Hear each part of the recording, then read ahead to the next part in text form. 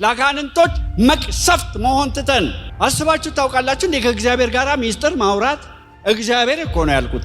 እግዚአብሔር የሁሉ መነሻ የሁሉ መድረሻ የሁሉ ጌታ ሉዓላዊ ንጉሥ የማይሞት የማይለወጥ የማይሻር የማይገለበጥ ከእርሱ ጋር ዘላለማዊ ከሆነው ከእርሱ ጋር በሰማያዊ ቋንቋ በመንግስቱ ቋንቋ መናገር መቻል ምን መፈላሰፍ ያስፈልጋል? ተነስተ መናገር ነው እንጂ የሰጠን ኃይል የኃይል መንፈስ ያርፍበታል።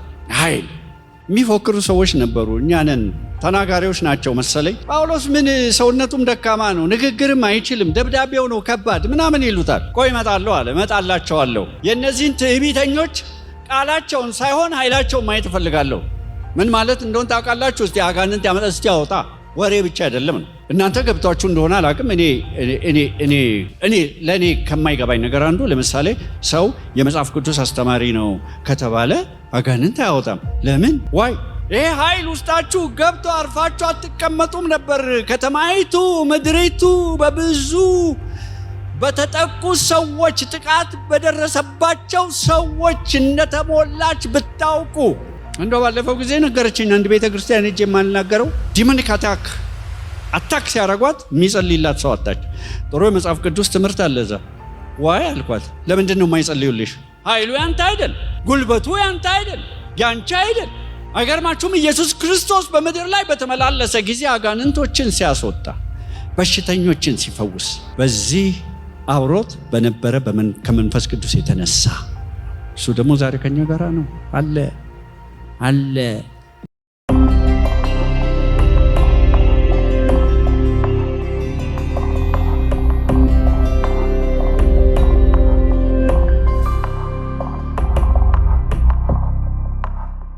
ትንቢተ ኢሳይያስ ምዕራፍ 11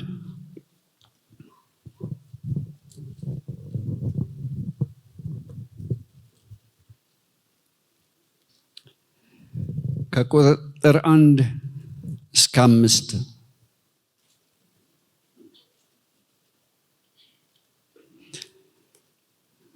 ከቁጥር 1 እስከ 5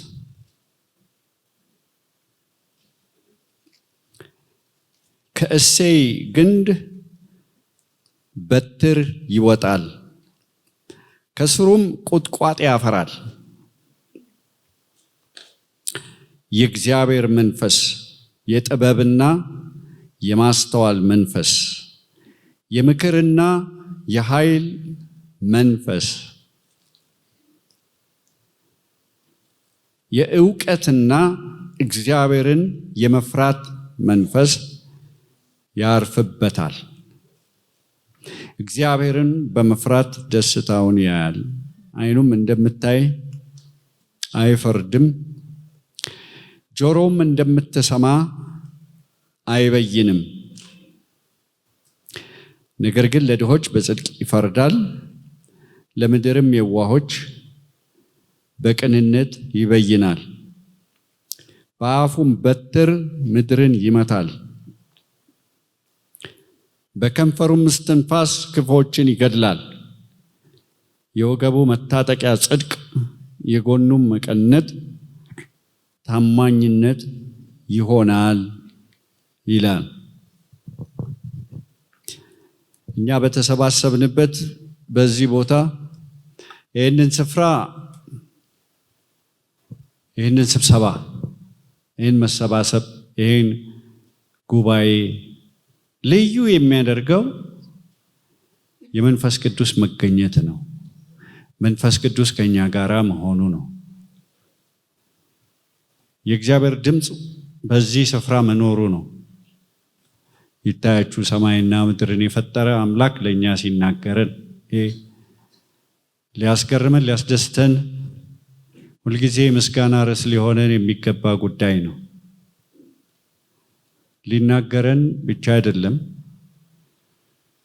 የእግዚአብሔር መንፈስ ባለበት፣ ጌታ ግን መንፈስ ነው። የጌታም መንፈስ ባለበት በዛ አርነት አለ። ሊፈውሰን፣ ስራት ካለ ስራቱን ሊበጥስ፣ ቀንበር ካለ ቀንበሩን ሊሰብር ነው በመካከላችን ያለው። እንዳመጣጣችን መተን መመለስ የለብንም። እሱ ወዳለበት ወደሚገኝበት ህልውና ወደ ሞላበት ቦታ መተን ሸክም ይዘን መውጣት የለብን። ጥያቄ ይዘን መተን ጥያቄ ይዘን መውጣት የለብን። ሐዘን ይዘን መተን ሐዘን ይዘን መውጣት የለብንም። እንቆቅልሽ የሚፈታ መንፈስ ነው እዚህ ያለው። ከሌላ ጉባኤው ሁሉ ይህን የሚለየው መገኘቱ ነው። ፕሬዘንስ የሚባል ነገር፣ ህልውና የሚባል ነገር። ምክንያቱም ይሄ በአመዛኙ በኢየሱስ ክርስቶስ ደም የታጠበ የነጻ እግዚአብሔር ልጅነቱን ያወጀለት ብቻ ሳይሆን ማደሪያ ያለው ህዝብ ስለሆነ ከምንም አይነት ስብሰባ ምድር ላይ ከሚደረግ ስብሰባ የከበደ ነው። በመንፈሱ ዓለም ይታወቃል። ተጽዕኖ ይፈጠራል። ስንሰባሰብ ዝም ብለን ለመጮ ለማጨብጨብ እልል ብለን ተሳልመን ለመመለስ አይደለም። መንፈሱ ዓለም ላይ የሚፈጠር ጫናል፣ የሚፈጠር ተጽዕኖል፣ የሚወጣ መልእክታል።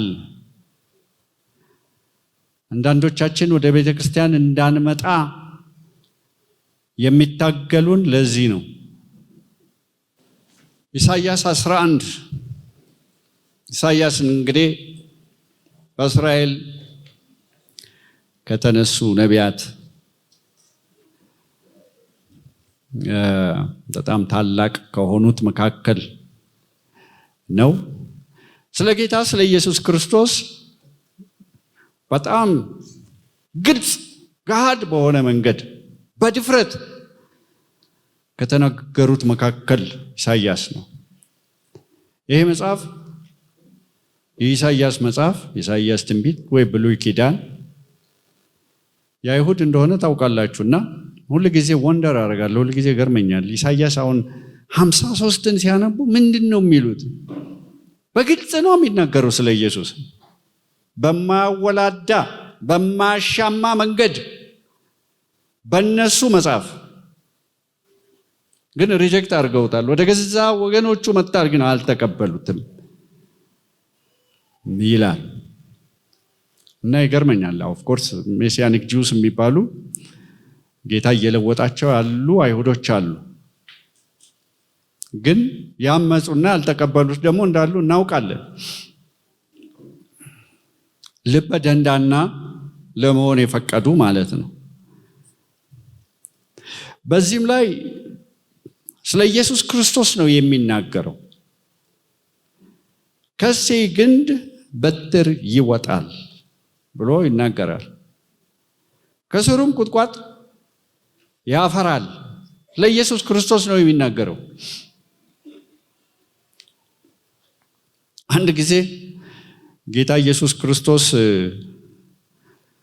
ምን ብሏቸዋል? እነዚህ ፈሪሳውያኑን ሕግ እናውቃለን የሚሉትን ኤክስፐርትስ ኦፍ ዘ ሎው ነን የሚሉትን ሰዱቃውያንን የተለያዩትን እናንተ ሕይወት የሚገኝበት መስሏችሁ መጽሐፍትን ትመረምራላችሁ። ምን ማለት መጽሐፍት?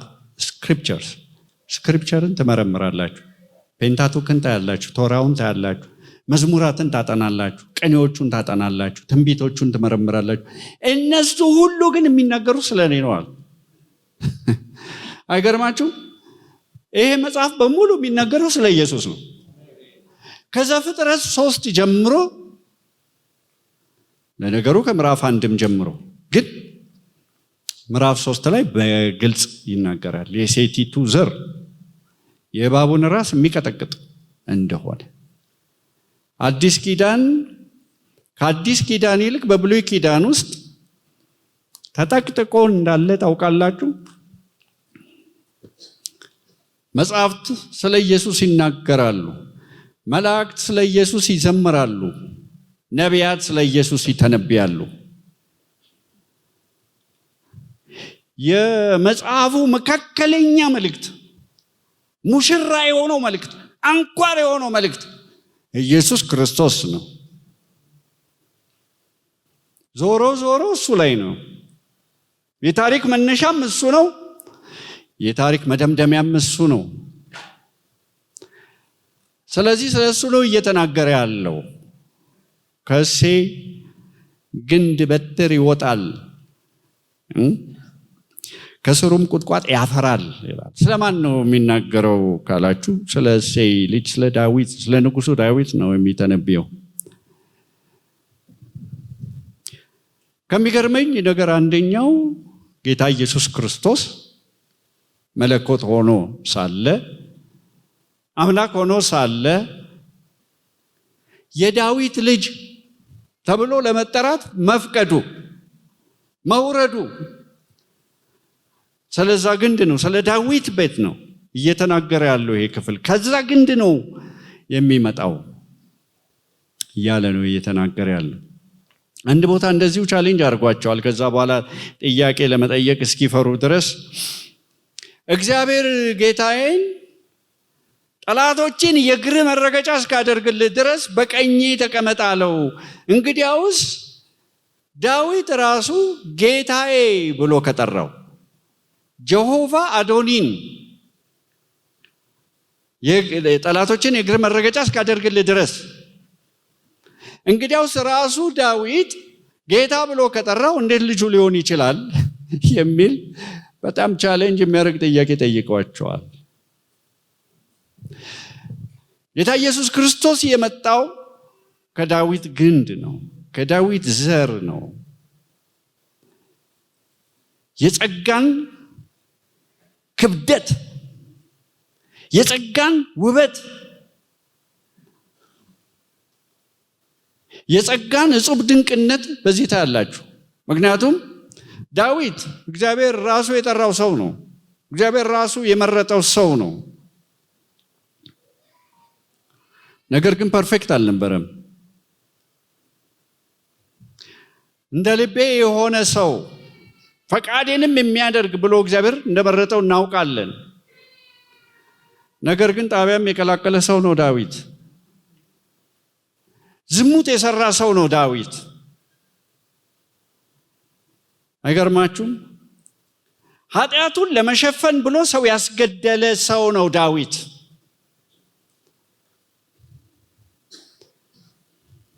ስለ ኃጢአቱም ከባድ ዋጋ የከፈለ ሰው ነው። የዘራውን ያጨደ ሰው ነው ዳዊት። ነገር ግን መሲሁ ደግሞ ያንን ቤት መርጦታል፣ በጸጋ መርጦታል። በንስሐ ተመልሷል አውቃለሁ። እንደገና ሪስቶር አድርጎታል አውቃለሁ። በኢየሱስ የዘር ግንድ ውስጥ ጋለሞታ እንኳን እንዳለች ታውቃላችሁ አይደል? ረዓብ የእግዚአብሔር ቃል ይናገራል። ጠጋን ስታየው፣ ማንን እንደመረጠ ስታየው፣ እኔ ጤነኛ ልፈልግ አልመጣሁም፣ በሽተኛውን ጤነኛ ላረግ ነው የመጣሁት። ሞዓባዊቱ ሩት በኢየሱስ ክርስቶስ የዘር ግንድ ውስጥ አለች። ሞዓብ በኢንሴስት የተገኘ ዘር ነው፣ ከአባቷ በጸነሰች ሴት። ላይኑን ስታዩ ይዘገንናቸዋል። ነገር ግን ከዛ ግንድ ከዛ ዘር እጹብ ድንቅ የሆነ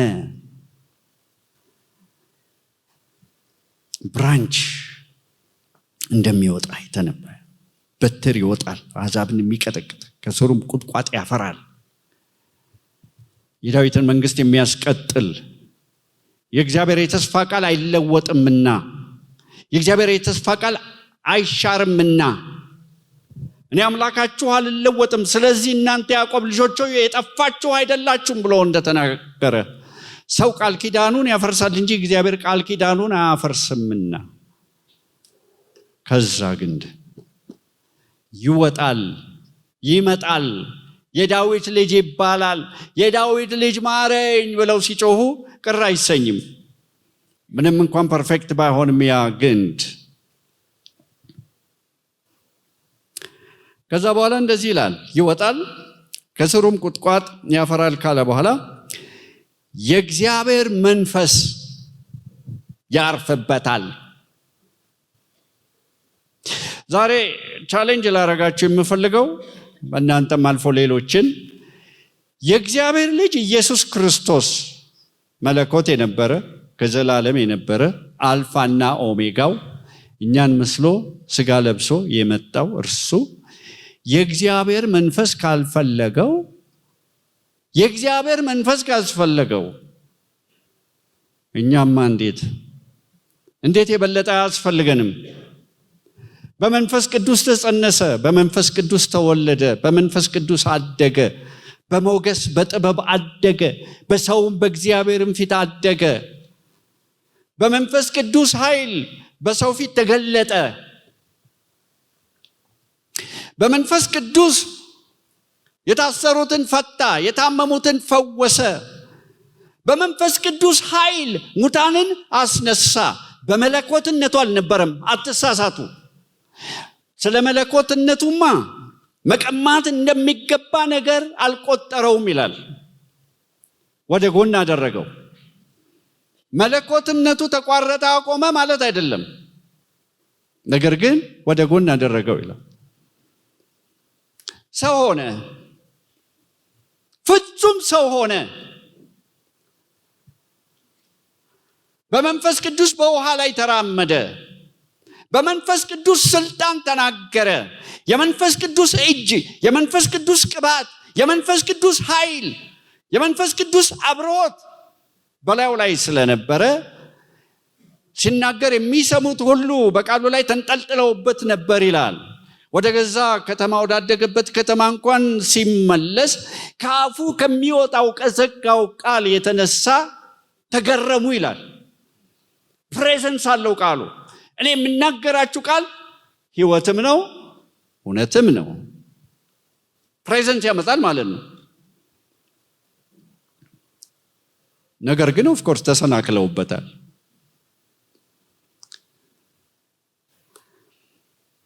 የወጣው የገባው የተመላለሰው በመንፈስ ቅዱስ ኃይል የእግዚአብሔር መንፈስ ያርፍበታል።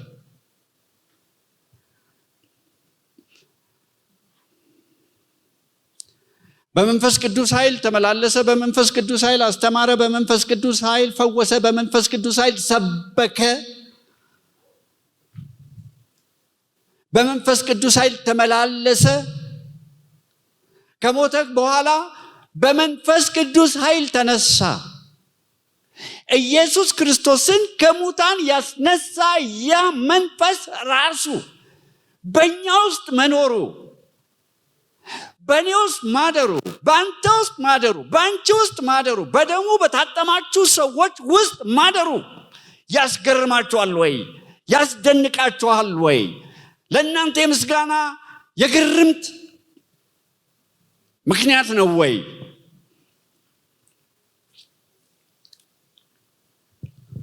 እናንተ የእግዚአብሔር ቤተ መቅደስ እንደሆናችሁ ካን ዩ ኢማጂን?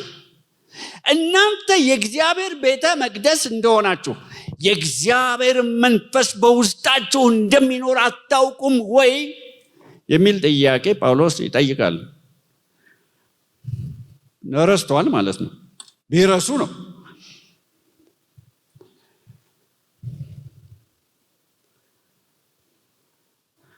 በሚበላ በሚጠጣ በሚለበስ ብቻ የምትደመሙ የዘንድሮ ቅዱሳን ይሄ ያስገርማቸዋል። ኢየሱስ ክርስቶስን ሞትን ድል ነስቶ የሞትን ጣር አጥፍቶ እንዲነሳ በክብር እንዲነሳ ያደረገው that very same spirit ያ መንፈስ በውስጣችን መኖሩ ለእናንተ የምስጋና ርዕስ ነው ወይ? የየዕለት ወይስ ክርስትና ሰመመን ሆኗል? አዚም የረጨበት ድንዝዝ ያለ ከልብ ከአንጀት የማይዘመርበት አንደበት ብቻ የሚንቀሳቀስበት ሆኗል ወይ? ዛሬ አብያተ ክርስቲያናት እውቅና ይሰጡታል ወይ? የእግዚአብሔር መንፈስ በኢየሱስ ላይ ያረፈው ያ መንፈስ፣ ያ የከበረው መንፈስ፣ ያ መለኮት የሆነው መንፈስ ምድር ባዶ በነበረች ጊዜ ጨለማ ገኖባት በነበረ ጊዜ በላዋ ላይ የሰፈፈው መንፈስ ሆቨር ያደረገው መንፈስ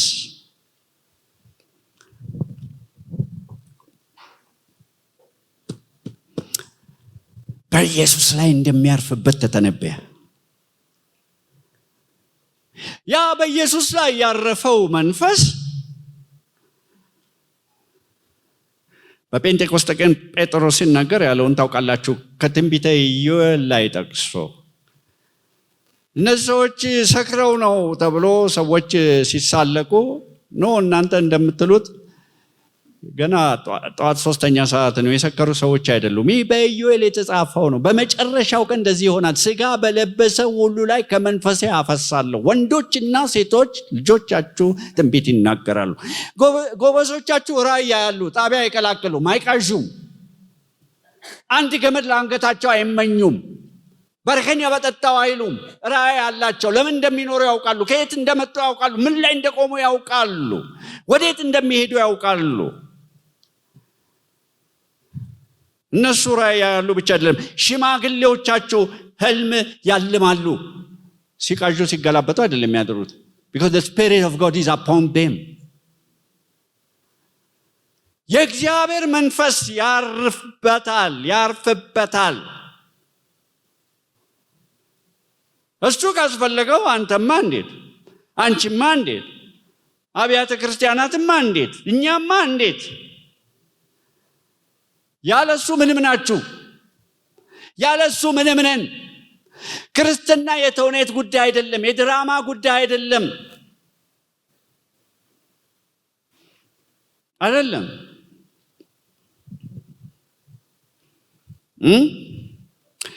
የእግዚአብሔር መንፈስ በዮሐንስ ራእይ ላይ 7ፎልድ መገለጫ ያለው መንፈስ የእግዚአብሔር መንፈስ ያርፍበታል። ስለዚህም የጥበብ መንፈስ ያርፍበታል።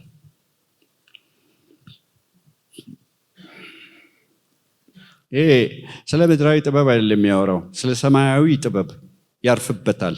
this spirit is a spirit of wisdom። የጥበብ መንፈስ ነው። ጥበበኛ የሚያረጋችሁ መንፈስ ነው። አሁን ቸርች የገባ የማይሆን አይነት ጥበብ አለ። ጥበብ መስሏቸዋል እንጂ ወደ ያዕቆብ ምዕራፍ 3 ብትሄዱ የምድር ነው ያጋንንት ነው የተባለ፣ በሸፍጥ የተሞላ በተንኮል የተሞላ ወንድምን በሾንኬ ገልብጦ የሚያንከባልል ጣልፎ የሚጥል ተንኮለኛ የሆነ ስለሱ አይደለም የሚያወራው። ይሄ የጥበብ መንፈስ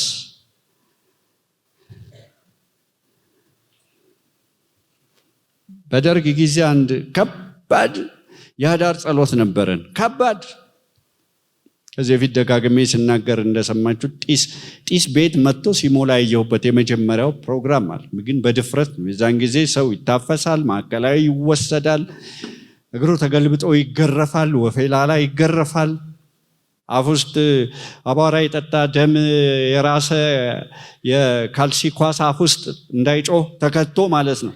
ያ ሁሉ እንዳለ እያወቅን የምናደርገው ፕሮግራም ነበር። በዛን ዘመን ጭብጨባ አይፈቀድም። አሁን ረክሷል። እልልታ የለም። ትታፈሳላ። ደግሞ ቀበሌው እኮ አካባቢያችን ነው።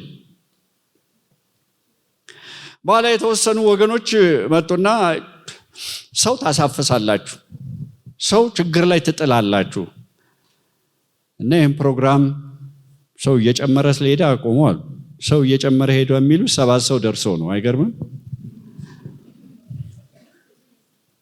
አይ እግዚአብሔር ተናግሮናል አናቆምም ማለት እነሱ የሚለዩ ተለዩ። በኋላ እስከ 150 ደርሰናል። ፎቁ ሰው ነው፣ መሬቱ ሰው ነው፣ በሰው ነው የተጠለቀለቀው። የሚገርም የእግዚአብሔር ፕሬዘንስ። አጋንንት አንገስጽም። ቁርስ አንዳንድ ጊዜ ዞር እያልን እጅ እንጭናለን። እንዲሁ እየዘመር ስንዘምር አሁን ዝም ብሎ ሲዘምር ቅር የሚላቸው ሰዎች እንዳሉ አውቃለሁ። ሪቫይቫል፣ እውነተኛ ሪቫይቫል በጣም ዝማሬ ያመጣል። እዛ ቤት ጭብጨባን ከለክል፣ እልልታን ከለክል። ሰው አንዴ ከጀመረ አንዱ ይለኩሳል፣ ማቆሚያ የለውም። አንድ ሰው መጥቶ በጣም ወቅሶኛል። ዝም ብሎ መዘመር ነው እንዴ? እኔ ምን ላድርጋቸው? የታፈነ ሰው ሁሉ መጥቶ እዛ ይፈነዳል። በኋላ ከቤተ ክርስቲያን ሽማግሌዎች ተላኩብንና ሰው ልታሳፍሱ ነው አሉና፣ አይ ጌታ ተናግሮን ነው አልናቸው። እኛ እናከብራለን፣ የቤተ ክርስቲያን መሪዎችን አምረን እናከብራለን፣ ግን ጌታ ተናግሮናል። በኋላ አንደኛው ምን አለኝ? ለምን ጥበበኛ አትሆኑም አለኝ። ለምን ጥበበኛ አትሆኑም? ዳንኤል እኮ በጣም ጥበበኛ ነበር፣ በጥበብ ነበር የሚመላለሰው አለ። እሱ በጥበብ ነበር የሚመላለሰው እያለ እኔ በዓይነ ሕሊናዬ ምን አለው? ለዚህ ለሚመጣ ወር ከንጉሱ በስተቀር ለሌላ አምላክ ወደ ሌላ አምላክ የሚጸልይ በአንበሳ ጉድጓድ ይጣላል የሚል ትእዛዝ ወጥቶ ወደ ኢየሩሳሌም በር ከፍቶ መስኮት ከፍቶ በኢየሩሳሌም ትይዩ በቀን 3 ይጸልያል። በኋላ ጠየቁት፣ በአንበሳ ጉድጓድ ትጣላለህ ተብሎ መስኮት ከፍቶ መጸለይ ጥበብ ነው አልኩት። መልስ አልነበራቸው። ፍርሃትህን ጥበብ በሚል አትሸፍን። ጥበብ መጀመሪያ እግዚአብሔርን መፍራት ስለሆነ ተናግሮናል። ስለዚህ ከሰው ቁጣ ይልቅ እሱን በመፍራታችን እግዚአብሔርን በመካከላችን ተገኝቶ በጣም ብዙ ሰዎች ዳኑ። ብዙ ፈውሶች፣ ብዙ አርነቶች። አዲስ ለሚመጣ ሰው ያስፈራ ነበር። እኛ ግን ለምንድን ነው ግድም የለንም፣ እንስቃለን። ከጎናችን ዲፕሎማት አለ፣ በአንድ በር ነው የምንለየው። ያን ሁሉ ስንጮህ አንድ ቀን ኮምፕሌን አድርጎ አያውቅም። የዳንኤልን ጉድጓድ ውስጥ እዛ ሲወረወር የነበሩትን አናብስት አፍ የዘጋ መልአክ የሱንም ጆሮ ደፈነልን መሰለኝ። ለነገሩ የቀበሌውንም ደፍኖት ነበር። አንዳንዴ ነው አጋንንቶቹ ሊያጋፍጡን ይሞክሩ ነበር።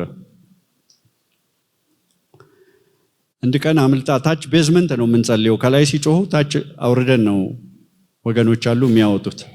ግቢ በቃ ወጥቶ እሪ ሀገር ቀውጤ አድርጉ። የጥበብ መንፈስ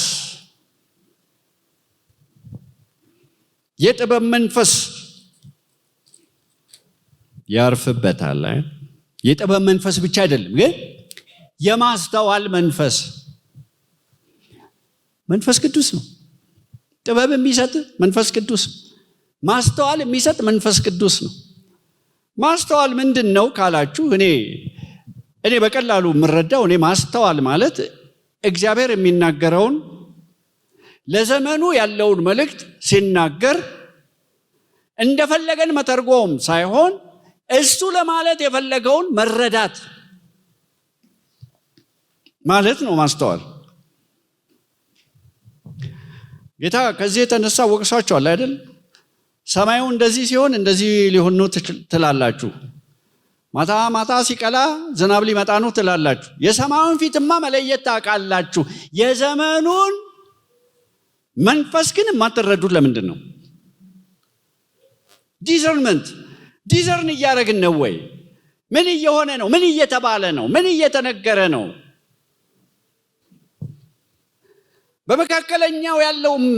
በመካከለኛው ምስራቅ ያለው ጦርነት ምንድን ነው የሚነግረን? በዙሪያችን ያለው ሁኔታ ምንድን ነው የሚነግረን?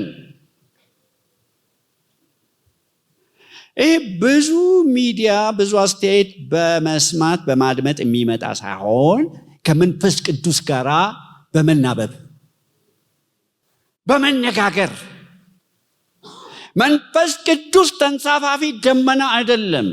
መንፈስ ቅዱስ ሰመመን አይደለም። መንፈስ ቅዱስ ቅዠት አይደለም። መንፈስ ቅዱስ አካል ነው። ሂ ኢዝ አ ፐርሰን፣ የሚያናግር የሚመክር፣ በኋላ እንደምንመጣበት ማስተዋልን የሚሰጥ በደመ ነፍስ አይደለም እኛ መሄድ ያለብን። የእግዚአብሔር መንፈስ አለብን የምንል ሰዎች በኢንስቲንክት አይደለም እንደ እንስሳ መጓዝ ያለብን። በመንጋ ሕግ አይደለም መነዳት ያለብን። ጌታን የማያውቁ ሰዎች በሰጡን አስተያየት አይደለም መመራት ያለብን። የማስተዋል መንፈስ ያርፍበታል። የማስተዋል መንፈስ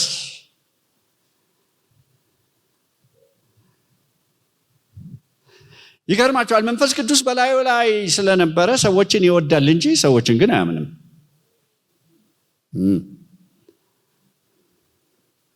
ሰውን ሁሉ ያውቅ ነበረ ይላል። ማን ነገረው? it was the Holy Spirit፣ መንፈስ ቅዱስ። ክርስቲያን ጅል ነው ብለው ለሚያስቡ ሰዎች መሳሳታቸውን ልነግራቸው ወዳለሁ። ያጎረሱትን የሚጎርስ ወደ ጎተቱት የሚነዳ አይደለም። እውነተኛ ጴንጤ ያስተውላል። ያ የማስተዋል መንፈስ ስፒሪት ኦፍ ዲሰርንመንት፣ ስፒሪት ኦፍ አንደርስታንዲንግ በውስጡ ስላለ ሰው ሁሉ ላጨበጨበለት አያጨበጭብም። ሰው ሁሉ ሆ ላለለት አብሮ ሆ አይልም። ማንን ለይቶ እንደሚያደምጥ፣ ማን እውነተኛ እንደሆነ፣ ማን ፌክ እንደሆነ ያውቃል፣ ይረዳል። መንፈስ ቅዱስ በላያችሁ ላይ ሲሆን እንደዚህ ነው የሚያደርጋችሁ። ጥበበኞች ያደርጓቸዋል፣ አስተዋዮች ያደርጋቸዋል። ደባበልህ እንደ ርግብ የዋህ ሆኖ ሲል ከእግዚአብሔር ጋር ከሰው ጋር ርግብ እንሆናለን። ከሰይጣን ጋር ግን ርግብ ልትሆኑ አትችሉም። ተንኮለኛ ስለሆነ ከእባብ ጋር እንደ እባብ። የሰይጣን ጉልበቱ ተንኮለኛ ምላሱ ነው። ሽንገላ የሚለውን ቃል ኤፌሶን ምዕራፍ 6 ቁጥር 10 ጀምሮ ስታነቡት ከዲያብሎስ ሽንገላ ሲል ሽንገላ የሚለው ቃል ሜቶዶስ፣ ሜተድ፣ መንገደኛ ነው ማለት ነው። ዘዴ ያለው አንድ መንገድ ነው የሚሄደው። መንገዱም ወደ ሐሳባችሁ ነው። ምን ይዞ ነው የሚመጣው? ተንኮል ይዞ ነው የሚመጣው። ያንን ተንኮል መቋቋም የምትችሉት የመንፈስ ቅዱስ ማስተዋል በውስጣችሁ ሲኖር ነው።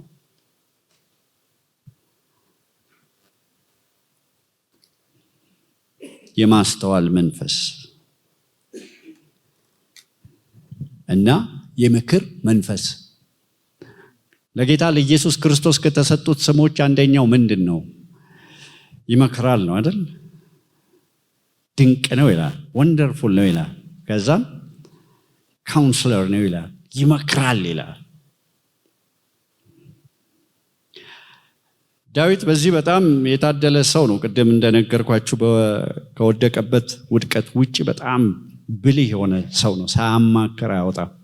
ከወደቀ በኋላ እንኳን ቤተ መንግስቱን ተነጥቆ ልጆቹን አጥቶ ሚስቶቹን አጥቶ ክብር አጥቶ ሀብት አጥቶ ጸሎቱ ግን አንድ ነው። ጸሎቱ ቅዱስ መንፈስን ከኔ ላይ አትውሰድብኝ።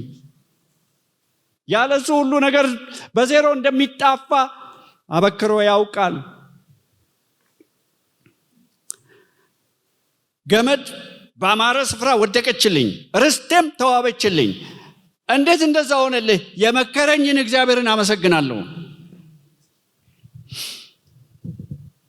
የምክር መንፈስ ነው ይላል መንፈስ ቅዱስ። የሚመክር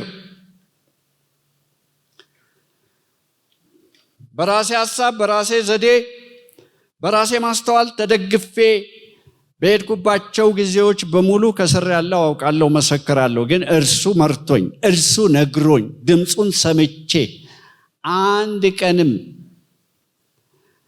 አሁን የምጸጸትበት ውሳኔ ወስኜ አላቅም። የምገረምበት እንጂ እግዚአብሔርን የማመሰግንበት እንጂ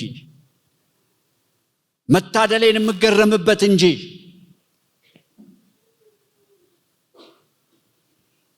ማን ነው መካሪያችሁ?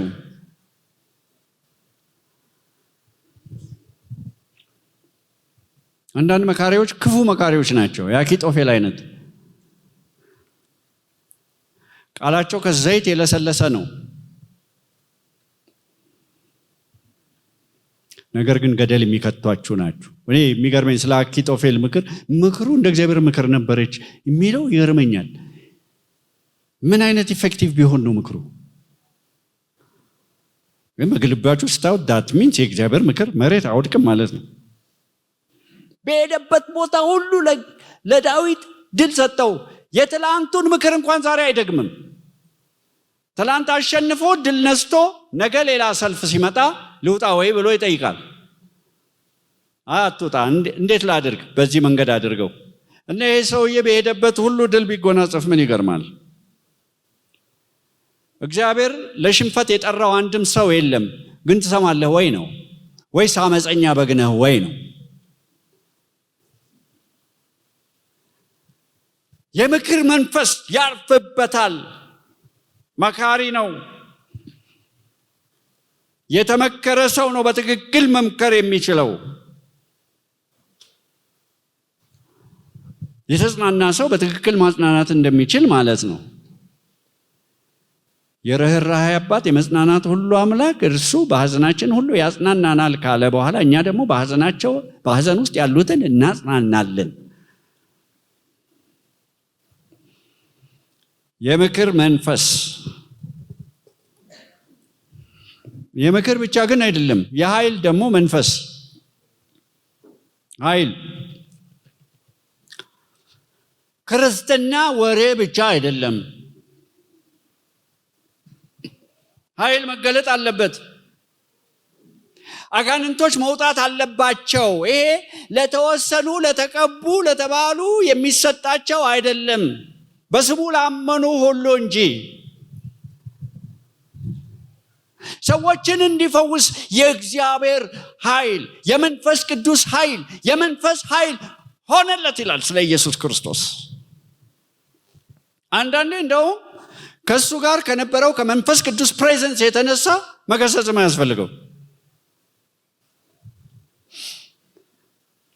ምኩራብ ሲገባ ይጮሃል አጋንንት፣ አውቄአለሁ አንተ ልዑሉ አንተ ቅዱሱ ዝም በል እናውጣ። ጠርቶ ማይክሮፎን መስጠት አይደለም፣ ዘንበልና ውጣ።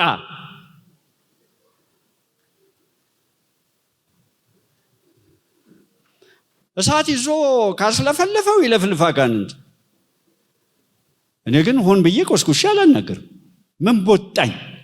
ከጠላቴ ጋራ ቁጭ ብዬ እንከ ሰላንታ የት ያስካት እንዴት ያስካት ምን አገባኝ? አይኑን ማየት አልፈልግም። ሲፈልግ ይሄድ የፈለገበት ቦታ። ከዚህ በፊትም ስናገር ሰምታችኋል። ከአንዲት ነጭ ላይ ሳወጣ ከአንድ ፓስተር ጋር ስናወጣ ከልጅነቷ ጀምሮ I was with her since she was a little kid አለ። ትንሽ ሆና ሳለ አብረን የት ሂድ ነው የምትለኝ? የራስህ ጉድ፣ የፈለገ ቦታ ሂድ፣ go wherever you want ብቻ ሄድልኝ። የመንፈስ ቅዱስ ኃይል ነው። አጋንንት ስላወጣችሁ የምትመጻደቁበት ነገር የለም። ሾው አይደለም። የታሰረ ሰው አለ፣ መፈታት አለበት። and if the power of the Holy Spirit is upon you የመንፈስ ቅዱስ ኃይል ባንተ ላይ ከሆነ ገስጸህ አይደለም፣ ፕሬዘንስ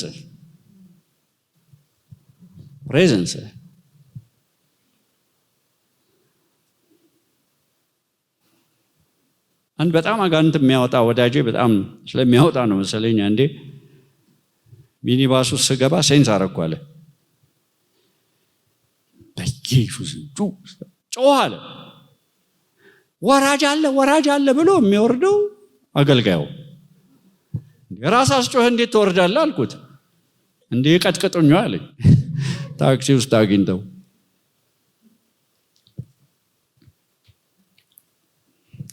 የኃይል መንፈስ፣ አጋንንቶችን የሚነቅል መንፈስ፣ በሽታን የሚያቀልጥ መንፈስ፣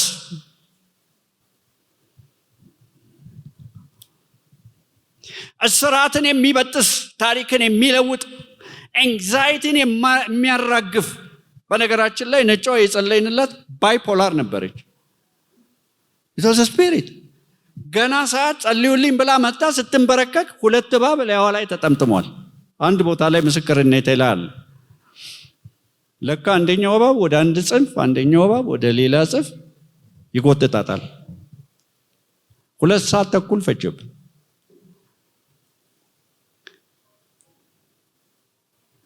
የኃይል መንፈስ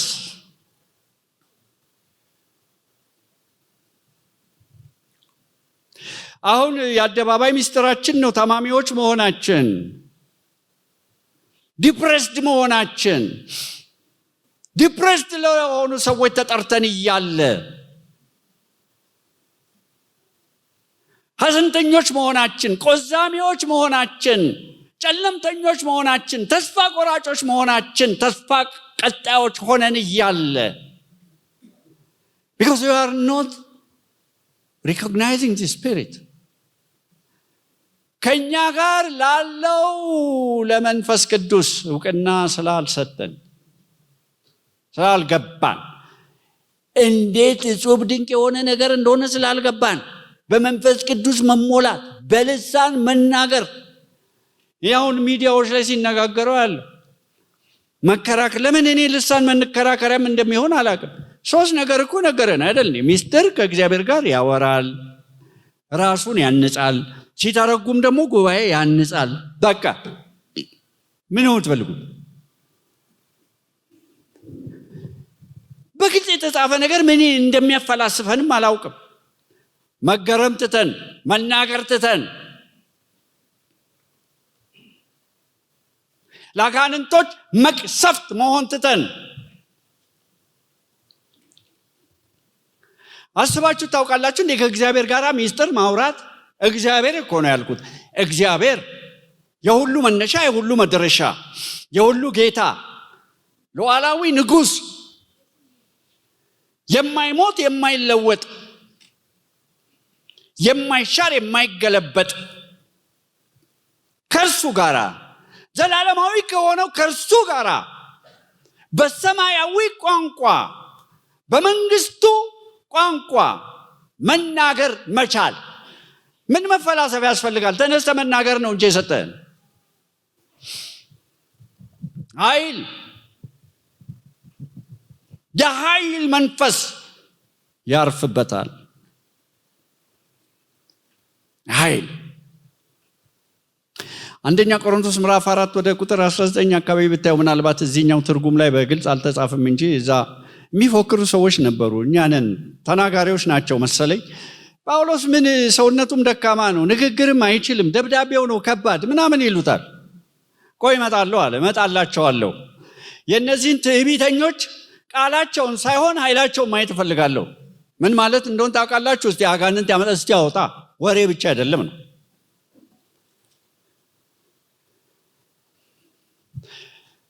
እናንተ ገብታችሁ እንደሆነ አላውቅም። እኔ ለእኔ ከማይገባኝ ነገር አንዱ ለምሳሌ ሰው የመጽሐፍ ቅዱስ አስተማሪ ነው ከተባለ አጋንንት አያወጣም። ለምን? ዋይ?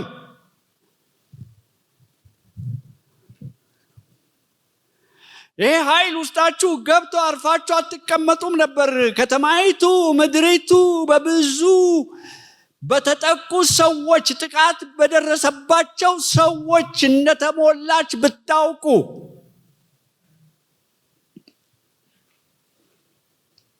እንደው ባለፈው ጊዜ ነገረችኝ አንድ ቤተ ክርስቲያን እጄ የማልናገረው ዲሞኒክ አታክ ሲያረጓት የሚጸልይላት ሰው አጣች። ጥሩ የመጽሐፍ ቅዱስ ትምህርት አለ እዛ። ዋይ አልኳት። ለምንድን ነው የማይጸልዩልሽ? ኃይሉ ያንተ አይደል? ጉልበቱ ያንተ አይደል? ያንቺ አይደል?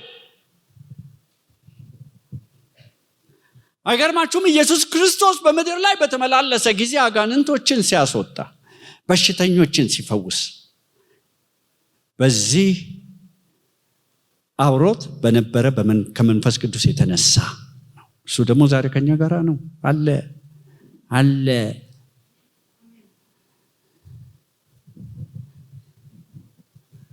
ቅድም መጽሐፍ ቅዱስ መማር ደስ ይለኛል። እግዚአብሔር ይመስገን። ተማሩ፣ ጆይን አድርጉ። ቴዎሎጂ መማር የቻላችሁ ተማሩ። ግን ቅባታችሁን ጥላችሁ አትውጡ። መፈላሰፍ ብቻ አትሁኑ።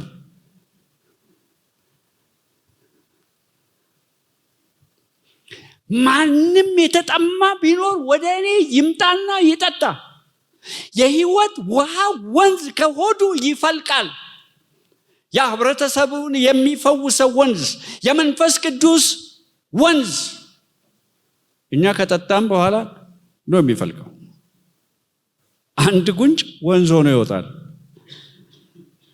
ውሃው ወደ ባህር ገባ ይላል አይደል? ሕዝቅኤል 47 ባህሩ ምን ሆነ? ተፈወሰ።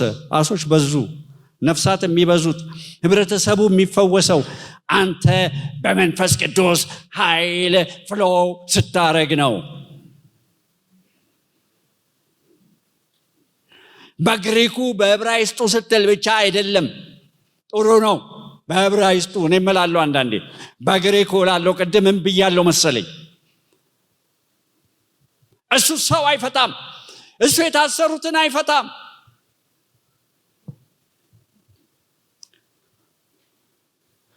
አንዳንዶቻችሁ በስልክ እንኳን እየጸለያችሁ ማውጣት አለባችሁ። አጋንንት ከተና 2 እያገለገልኩ አንዲት እህት ስትነግረኝ ከሌሊቱ 8 ሰዓት አብረን እየጸለይን ከእናቴ ጋር አለች፣ አጋንንቶቹ ተንቀሳቀሱ አለች። ስልክ አንስታ፣ እኔ ስልክ አላነሳም በዛ ሰዓት ሶሪ፣ እንቅልፋም ነው የሚያሳለኝ። ወዳጆቹ እንቅልፍን በሰጠ ጊዜ እኔ ላይ ሰራ እንደሆነ ከዛ ታሪኩ ጋር ደወልኩ አለች። እየደወለች ወደ አእምሯ ተመለሰች። የዮናስ አምላክ የኔ አምላክ አይደለም እንዲህ አለች ለራሷ። የታሪኩ አምላክ የኔ አምላክ አይደለም እንዲህ አለች። ከዛ እናቴ ጋር ሄድኩና ስንት ናችሁ? 5 ነን። በሉ ሰፈር እየበጠበጣችሁ ውጡ። የመጀመሪያው ስለነበረ ሰፈር በጥብጠው ሄዱ።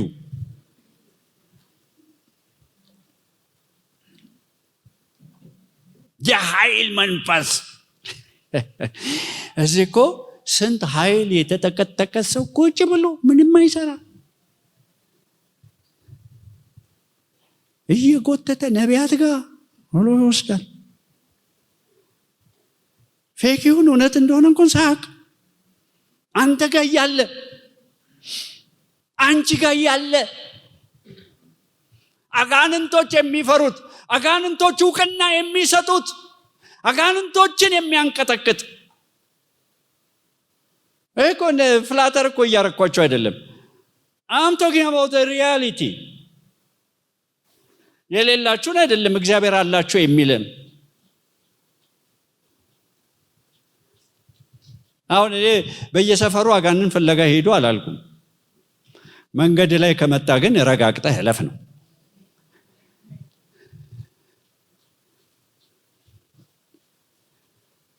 የምክር መንፈስ፣ የኃይል መንፈስ፣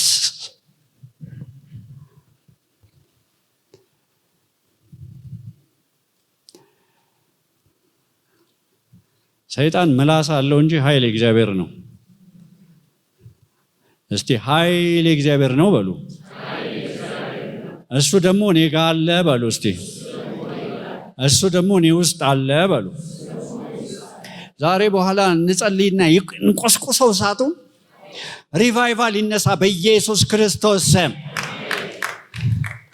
ከሰመመን ክርስትና፣ ከአዚማም ክርስትና፣ ከድንዙዝ ክርስትና እግዚአብሔር ይገላግለን፣ ይገላግላችሁ። በጣም የእግዚአብሔርን ቃል የሚያስተምር ሰው አንድ ቀን በ5 ዓመት አጋንንት አስወጣሁ ብሎኝ፣ በ5 ዓመቱም አስወጣቱ ጌታ ይባርከው። ግን 5 ዓመት ሙሉ ሳይገናኙ ቀርተው ነው። አንዱ ምን ብሏል? ሰይጣን መጥቶ የማይላተምህ ከሆነ አብራችሁ እየሄዳችሁ ነው ማለት ነው ብሏል። ገብቷችኋል? አንድ ላይ በቃ ጎን ለጎናችሁ ማለት ነው። ከተላተማችሁ ግን ከተወራጨ ግን በቃ የሆነ ኤንካውንተር አለ ከመንፈሱ ዓለም ነው። አንዳንዶቻችሁም መስሪያ ቤት ገብታችሁ መስሪያ ቤት ተዋጉኝ እና ታዲያ አብለጨለጭሽባቸዋ። ድሮ ጨለማ ነበራችሁ ይላል፣ አሁን ግን በጌታ ሆናችሁ የጌታ ብርሃን ናችሁ ይላል። አይናችሁን አጭበረበራችሁ። የኛ ብርሃን ደግሞ ደንብ ነው የሚያጭበረብረው አይን። ከክብር ወደ ክብር እንደ መስታወት የጌታን ክብር እያብለጨለጭን እንዘልቃለን።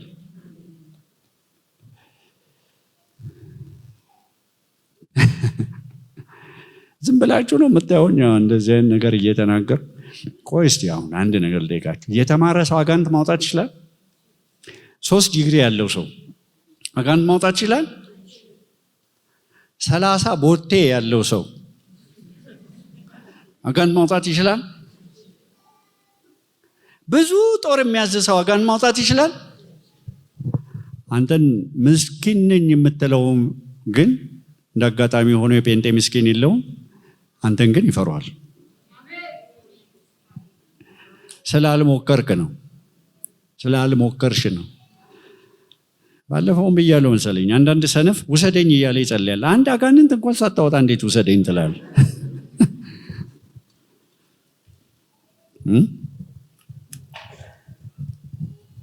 የምክርና የኃይል መንፈስ፣ የእውቀትና እግዚአብሔርን የመፍራት መንፈስ። ይሄ ስለ ምድራዊ እውቀት አይደለም የሚያወራው፣ እግዚአብሔርን ስለማወቅ። መንፈስ ቅዱስ በትክክል ሲወርሳችሁ እግዚአብሔርን ታውቃላችሁ። እግዚአብሔርን የሚያውቁ ሰዎች ይበረታሉ፣ ያደርጋሉ፣ ቃል ኪዳናቸውን አያፈርሱም ይላል ዳንኤል ምዕራፍ 11።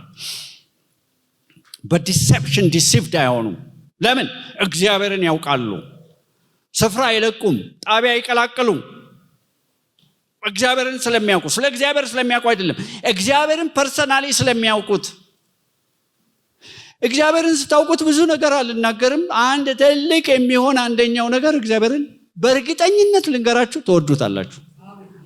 ኢንቲሜት በሆናችሁ ቁጥር በበሽታ አስተምራል ምናምን ለማለት አፋችሁ ላይ ይከብድባችኋል፣ ስታውቁት ማለት ነው። ስለ እግዚአብሔር እኮ ኢንፎርሜሽን እኮ ሊኖራችሁ ይችላል።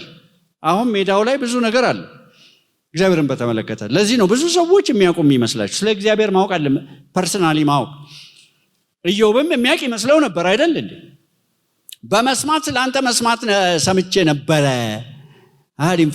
ኢንፎርሜሽን ነበረኝ። ዘመነ መረጃ አይደል? አሁን መረጃው ነበረኝ። አሁን ግን አለ አይኔ አየች አለ። ይህም ያውቀው እግዚአብሔር አለ። አይኔ አየች። ያን ሁሉ ነገር ሲናገር የነበረው ኢዮብ ራሴን እንቃለሁ አለ። በአፈርና በአመድ ላይ ይቀመጣለሁ አለ። you cannot be arrogant። እግዚአብሔርን ካየት ትዕቢተኛ ልትሆን አትችልም። ልክህን ታውቃለህ፣ በሱም ያለህን ልክ ታውቃለህ። የራስህ አለመሆኑን ይገባል። አይን ያየችህ። ኢሳይያስ ምዕራፍ 6 ላይ አይታችኋል አይደል? ቤተ መቅደስ ውስጥ ሲጸልይ ነው ይባላል።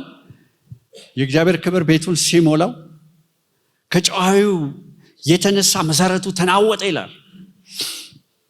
ካቦድ የሆነው ክብሩ፣ ሸካይና የሆነ ብርሃኑ ተገልጦ ቤቱን ማኒፌስት ፕሬዘንስ ሲሞላው፣ ፈራጅ የነበረው ሰውዬ ከንፈራችሁ የረከሱባችሁ ይል የነበረው ከንፈሬ ረከሰብኛል። ሱራፌል መጥቶ በጉጠት የተያዘ ፍም ከንፈሩን ባይነካው ኖሮ ከዛ በኋላ ነው ተልእኮ የተቀበለው። እግዚአብሔርን ታውቃላችሁ ወይ? እግዚአብሔርን ካወቃችሁ እግዚአብሔርን ትወዳላችሁ። ተወዷል። እግዚአብሔር ላትወዱታችሁ። እግዚአብሔርን አውቆ ላይወደው ሰው አይችልም።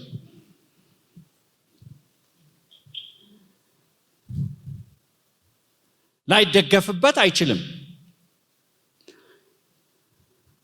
ከእግዚአብሔር ሩቅ ቆማችሁ ለመደገፍ አትሞክሩ። ከግድግዳው ርቃችሁ ልደገፍ ብትሉት እንከባለላላችሁ። you have to get near። መጠጋት ያስፈልጋል፣ ማወቅ ያስፈልጋል። ሰይጣንን ተቃወሙት፣ እርሱም ከእናንተ ይሸሻል። ወደ እግዚአብሔር ቅረቡ፣ እርሱም ወደ እናንተ ይቀርባል።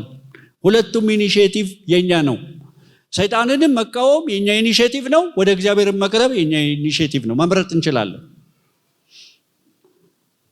ወደ እግዚአብሔር የሚቀርቡ ሰዎች በአጋንንቶች ኢምፕሬስድ አይደሉም። አጋንንቶች እንዳሉ ይክዳሉ ማለት ሳይሆን፣ መንፈሳዊ ውጊያ እንዳለ ይክዳሉ ማለት ሳይሆን፣ ግን የሱ ግዝፈት ይሸፍንባቸዋል ማለት ነው። he's too big።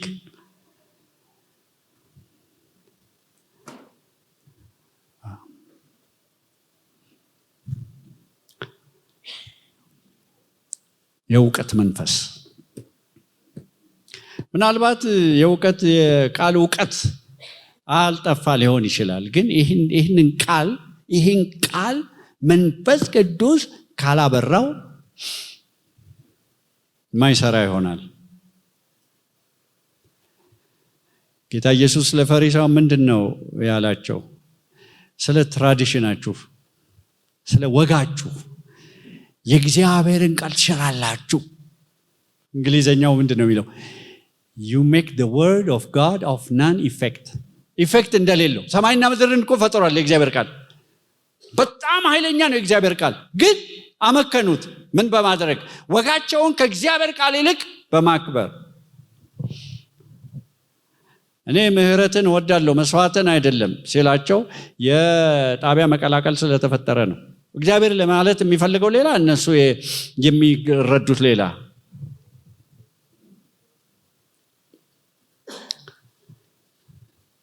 ይህንንም ጨምሬ ልበላችሁ ወደ መጨረሻው ከመሄዴ በፊት በዚህ ምድር ላይ ስንኖር እግዚአብሔርን ከማወቅ የበለጠ መታደል ብፅዕና የለም። ለዘላለም የምንኖረው ከእሱ ጋር ነው። አሜሪካ ሄጄ አንዷ በጣም ያስደነቃት አንድ ቸርች ወሰደች። ለምንድን ነው ያስደነቃት? በ7 ደቂቃ ሁሉ ነገር ያልቃል። ማስታወቂያውም፣ ዝማሬውም፣ ስብከቱም። ይሄ ፍጥነት ሩጫ ተር ብለው እኔ ኢምፕሬስድ አይደለሁም አልኳት። ለዘላለም የምኖረው እኮ ከሱ ጋር ነው። I want to sense his presence። መዘፈቅ እፈልጋለሁ። ተነስቼ መሮጥ አይደለም፣ መብረር አይደለም፣ ማጣጣም እፈልጋለሁ። እወደዋለሁ። መገኘቱን ማወቅ እፈልጋለሁ። ልዘምርለት እፈልጋለሁ። ላመሰግነው እፈልጋለሁ። ልሰግድለት እፈልጋለሁ። በሱ መደመሜን፣ በሱ መገረሜን፣ ፍቅሬን ልገልጽለት እፈልጋለሁ። አዲስ የመጣ ፋሽን ነው ወደዚህ ሀገር። በኢየሱስ ስም አያምጣው ይሄንን። ከእግዚአብሔር ይልቅ ሰዓት ይመለካል እንዴ? ታውቃላችሁ፣ እውነተኛ ፕሬዘንስ ሲመጣ ጠዋት ጀምሮ ማታ ላይ በቃችሁ እንደሚችል። አሱዛ ስትሪት አንዳንዶቻችሁ አንብባችኋል።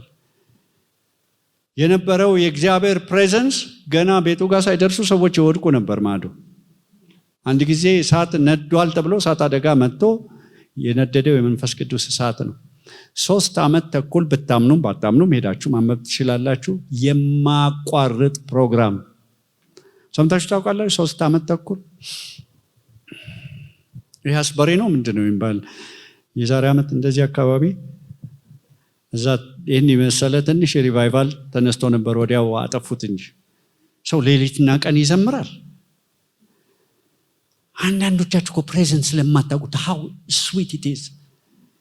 ወደ ስርዓት እኮ ስለገባን እኮ ነው። ሃይማኖታዊ ስርዓት እኮ ስለገባን። when he comes ማን መውጣት ይፈልጋል? መከራን ተረሳለህ፣ እንቆቅልሽሽን ተረሻለሽ። you don't care በቃ ከዛ ለመውጣት ያንን ነው እናንተም እንደምትጸልዩ እኔ ያንን ነው እየጸለይኩ ያለው። ብዙ የእግዚአብሔር ፕሬዘንስ የመጣባቸው አጋጣሚዎች ገጥሞኛል። ግን በደርግ ጊዜ ቅድም የነገርኳችሁ ፕሮግራም ወደ መጨረሻ አካባቢ ሊዘጋ የቤቱ ባለቤት ሊታሰሩ አካባቢ በህይወቴ እኔ እንጃ ከዛ በኋላ ተለማምጄው እንደሆነ አላውቅም። የሚገርም ፕሬዘንስ እና ሰውን ከየት እንደጠራው አላውቅም። እኔ ፕሮግራም መራው እኔ ራሴ ሳሎን መግባት አቃተኝ። ተጠቅጥቆ እንደ ችቦ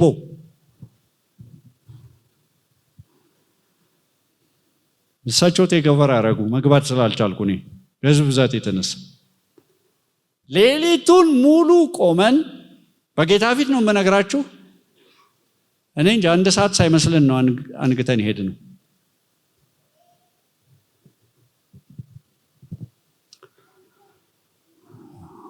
ለእናንተ የምመኘው፣ ለአብያተ ክርስቲያናት የምመኘው፣ ለቤተ ክርስቲያናችን የምመኘው፣ ለምድሪቱ የምመኘው ያ ነው።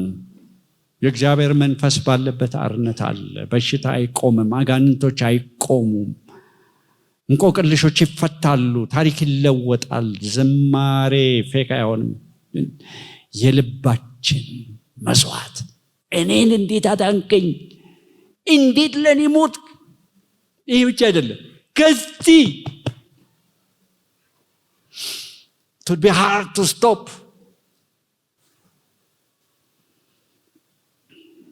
ግን እግዚአብሔርን ማወቅ እግዚአብሔርን መውደድ ብቻ ሳይሆን የሚፈጥረው እግዚአብሔርን መፍራት ያርፍበታል። ኢየሱስ ክርስቶስ አባቱን ይፈራ ነበር። አይገርማችሁ? ዕብራውያን መጽሐፍ ላይ ምን ይላል? ከብርቱ ጩኸትና ከለቅሶ ጋር ጌታ ኢየሱስ አልቅሷል። አይገርምም? እየጮኸ የሚያለቅስ ሰው ይረብሻቸዋል። ኢየሱስ እየጮኸ አልቅሷል ወደ አባቱ በብርቱ ጩኸት እና በእንባ ካለ በኋላ ምን ይላል? እግዚአብሔርን መፍራቱ ተሰማለት አለ። እንዲህ አሁን እግዚአብሔር ፍርሃት እግዚአብሔርን ካወቃችሁ ስትጠጉት መውደድ ብቻ አይደለም። you discover how awesome he is እንዴት እንደሚያስፈራ ይገባቸዋል። ይሄ እባብና ምናምን እንደምትፈሩት አይደለም። ያክብሮት ፍርሃት የሚከበር መሆኑን የሚፈራ መሆኑ ይገባቸዋል። እግዚአብሔር የሚፈሩ ሰዎች ያስታውቃሉ። እንደልባቸው አይናገሩም፣ እንደልባቸው ኮሜንት አይጽፉም። አፋችን የኛ ነው ማን ይጠይቀናል አይሉም። አሁን ሜዳው ለሁሉም ነው አይደል? ዩቲዩብ ምናምን መድረክ ፈጥሮልን እንደፈለግን መናገር እንችላለን። አንድ ቀን ግን ጠይቃለህ ይላል። if you fear God የእግዚአብሔር ፍርሃት ካለብህ እንደልብህ አትናገር። እግዚአብሔርን ከፈራችሁ ዘይት ትሸጣላችሁ እንዴ? ውሃ ይሸጣሉ፣ አፈር ይሸጣሉ፣ ጨርቅ ይሸጣሉ። አይፈሩም እግዚአብሔር።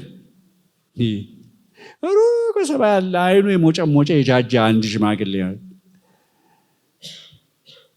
የእግዚአብሔር መንፈስ አብሯቸው የለም ማለት ነው። እግዚአብሔርን የመፍራት መንፈስ ያርፍበታል። የእግዚአብሔር መንፈስ በእውነት በእናንተ ላይ ሲመጣ የእግዚአብሔር ግዝፈት፣ የእግዚአብሔር ትልቅነት፣ የእግዚአብሔር ፈራጅነት ስለሚገለጥላችሁ የሃይማኖታዊ ፍርሃት ሳይሆን የአባትና የልጅ አክብሮት ማለት ነው። ሬቨረንስ።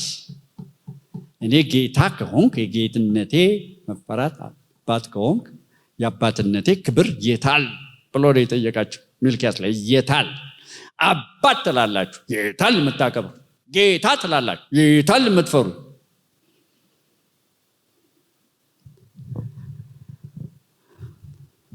በዘመናችን ላይ እንደ ልባቸው የሆኑ አገልጋዮች አየን። አይፈሩማ እግዚአብሔር። እንደ ልባቸው እንደ ልብ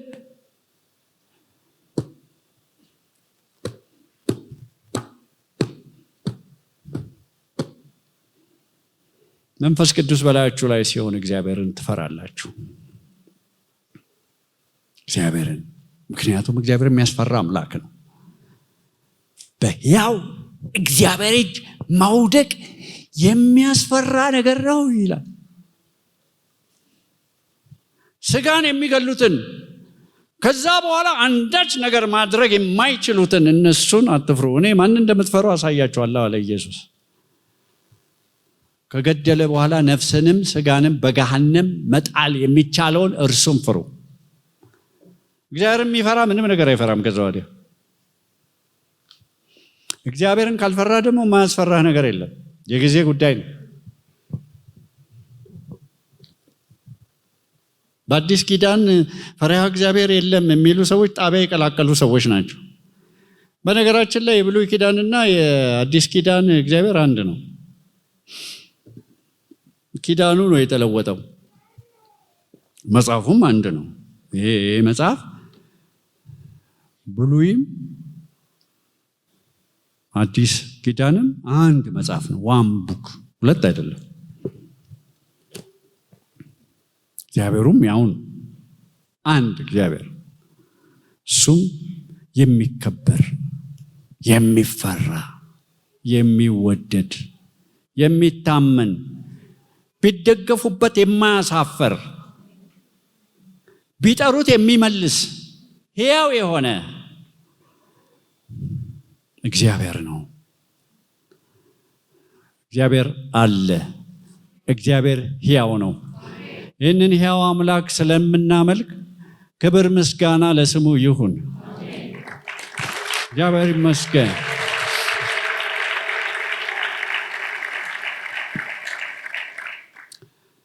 ይሄ መንፈስ ይረፍባችሁ፣